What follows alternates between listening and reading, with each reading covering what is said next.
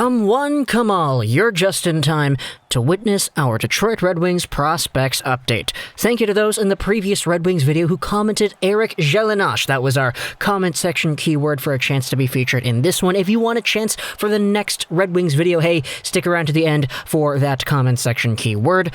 But today, just wanted to take some time, to talk about a lot of the guys in the system who might not have been having that big of a spotlight. And as a result, we're piling together a few stories of a few different prospects. I know Moritz Seider is included here. He's not really a guy who's been under the spotlight in any means, but because we're talking about other Red Wings prospects in general, I figured, hey, why not give the Seider update in here, because at the very least, he's doing pretty well, and continuing his streak of actually performing pretty nicely in the SHL playoffs. So, today we're talking about 3 Red Wings prospects in general. First off, it's Moritz Seider. Yes, of course, we already highlighted him earlier. Next, we're also talking about Jonathan Berggren, because he has had himself a very nice SHL season, and he's being rewarded for it. Thirdly, we're also talking about Kirill Tyutyayev, and yes, this is a very interesting name that a lot of people don't really know too much about, but I'm going to try to tackle the topic right here, because we have spoken about Tyutyayev before, and just the weird path of this guy. Oh man, it's gotten even weirder with the recent set of events that have just happened. So, starting things off with Seider, because I know he's the big fish, quite literally the big fish, the biggest guy amongst these 3. Moritz Seider wrapped up his Game 1 of the Regla BK versus Växjö Lakers series yesterday. We spoke in the previous video about how Seider was just an absolute behemoth, even though he was out there playing 20 minutes a night some games in the SHL playoffs. In 8 games played, the guy was on the ice for 0 goals against, which is absolutely crazy when you think just about the role this guy was given as a solidified top 4 defenseman in the SHL playoffs. They don't really do that to foreign kids coming over, especially ones who are only 19 years old.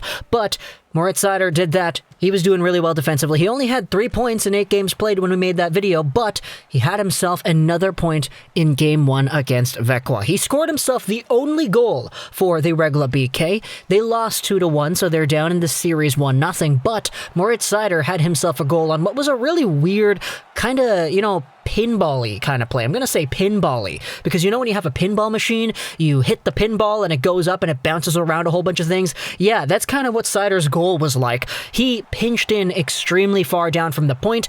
The puck was at the blue line, it was shot on goal, it pinballed off of a few skates. I think it bounced off of a Växjö guy first, and then bounced off of the Regla guy in front, and Moritz Seider, because he was pinching in from the point, was right there to backhand it by the goalie. And that was the only goal that Regla has scored so far in the SHL finals.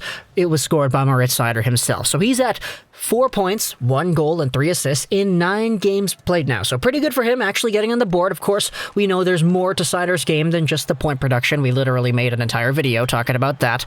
But going over some other players in the Red Wings system who played in the SHL too. Let's go over Jonathan Berggren here. Just for a refresher, Jonathan Berggren was a Red Wings prospect in the 2nd round of the 2018 NHL entry draft. So yeah, that was quite a while ago. 2018 certainly isn't the newest thing in town. It's already 2021 now, which is absolutely crazy to think about. But Berggren made his bread and butter after he was drafted by the Red Wings as a guy who was just so quick on his feet, so smart, and so offensively capable. He wrapped up this season with 45 points in 49 games played, one of the top point producers in the entire SHL with limited ice time compared to the other top producers, which is crazy good because he's only 20 years old. His birthday is actually a few days away from mine, which is really kind of mind-boggling to me, in all honesty. But for Berggren, he wrapped up his SHL playoffs with 4 points in 12 games played, which is actually kind of weird because taking a look at some of the game logs, he was played similar minutes in the SHL playoffs against Regla BK of all teams, Moritz Seider's squad over there, as well as the Luleå Hockey Club. He was played pretty okay minutes, but he didn't really produce all too much compared to as much as he did in the regular season. That's not our news flash though, because Jonathan Berggren has been included in Team Sweden's national team. Yes, for the upcoming World Championships, we have ourselves Team Sweden sending over a squad that will include Jonathan Berggren, and this is going to be pretty good for him to get some international experience playing amongst the best guys in the world. We already have a few other prospects in different NHL systems who are also suiting up for the Worlds, not the U18s or the U20s or whatever. This is just the straight up Worlds. So it's amongst men. Vasily Podkolzin, Vancouver Canucks prospect, is going over to Team Russia, so there's another guy who is going to be representing his team internationally as a youngin in the system. But Jonatan Berggren, after being eliminated, has been called up onto the team. Take a look at some of the other guys that Team Sweden has called in. Adam Riedeborn from Akbars Kazan, Gustav Backstrom from Oripro Hockey Club, Oscar Lindberg from Dynamo Moscow, and then you have a three-peat of Skellefteå AIK guys, Jesper Frodane, Andreas Wingerly, and Jonatan Berggren. Then you have a few other guys as well. So they're going to be replacing some of the players that were already on Team Sweden. It's kind of funny how that works, isn't it? You're on Team Sweden, you're eliminated early in the playoffs, you're playing a game against Denmark of all teams, and then, a few days later, some more Swedish guys get eliminated from their playoffs. They get called onto the team, and they're like, okay, sorry, but you're out. Jonatan Berggren is replacing your spot. That's kind of funny to me. I don't know. Let me know in the comments if that's kind of weird, but I mean, it is what it is. We still have the preliminaries going on here for Team Sweden. They play Norway in a few days, so we'll see how exactly Berggren is able to do when that goes down.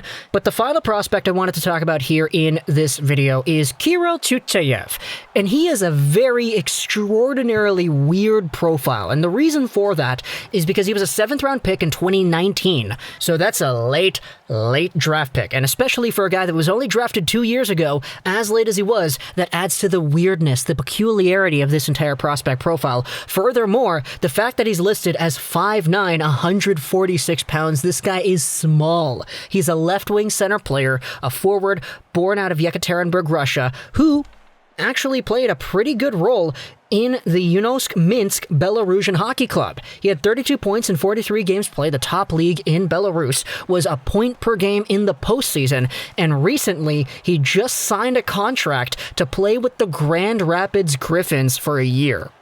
Yeah, how weird can this get?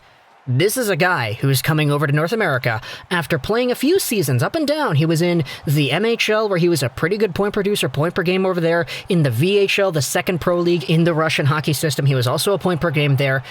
And as a result, there was an interview done a few months ago as to why he didn't stay around in the KHL. I'll leave a link in the description to this post on Reddit over here.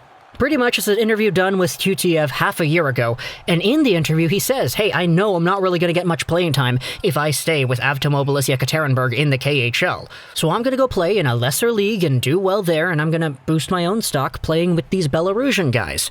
And that's kind of what he did, so now he's getting himself a 1-year contract, coming to North America, fresh out of Russia, Belarus, and as a 7th round pick in general, that's huge.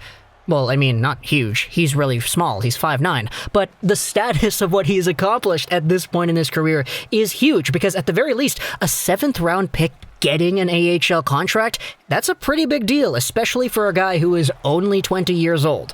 The most common trajectory, I would say, for 7th round picks. You see them play a few years in Russia or in Europe or elsewhere around the world, and then eventually they sign a contract when they're 23 or 24, and then they become mainstay AHL guys, or they go down to the ECHL, and then they go back home to Europe. That's usually what happens with these 7th round picks, especially these no-name guys with no star power, no coverage whatsoever behind their names, coming out of random leagues, like the Belarusian League, for example. But hey, Tyutyayev is breaking that mold. He's coming over to the AHL now. Okay, not now. Next year, 2021, 2022. So that's this year, but yeah, later in the year. He will be in the AHL. We'll see how exactly he translates. And honestly, I'm like super excited, because if you've seen some of the videos we've made about Tyutyayev before, this guy was an absolute crazy point producer for the Russian U18 level. Back in 2017, 2018, when this guy was 17, turning 18, he had the record for the most points that league has ever seen, 114 points in 31 games played. He was a small guy back then, but still, he did his thing, 3.68 points per game, and I mean, sure, in the playoffs, in the Belarusian League, and in the MHL, the VHL, he was not really at 3 points a game ever. He was just at a point per game, but hey, that's kind of fine in its own right over there. So for Kirill Tyutyayev, going out here as one of the best Russian junior teenagers we have seen in a very long time, coming over into a system now that'll see him suit up with Detroit's farm team. Hey, I like that a lot. We'll see how exactly he plays with a Seider, maybe with an Alban Greva over there, maybe with, I don't know, whoever else decides to come over, Jonathan Berggren, who knows. Talk to me in the comments what you think about Berggren, Seider, and Tutiev, all these guys we spoke about here in this Red Wings Prospects Update video. If you want a chance to be featured in the next video, just comment down below Moscow for that chance, because I'm thinking about Belarus, I'm thinking about these European countries and Russia, and, you know, Moscow is just coming to my mind. That's an interesting one for sure. Talk to me in the comments if you think I hope you enjoyed this. Josh Rosen 99, and bye.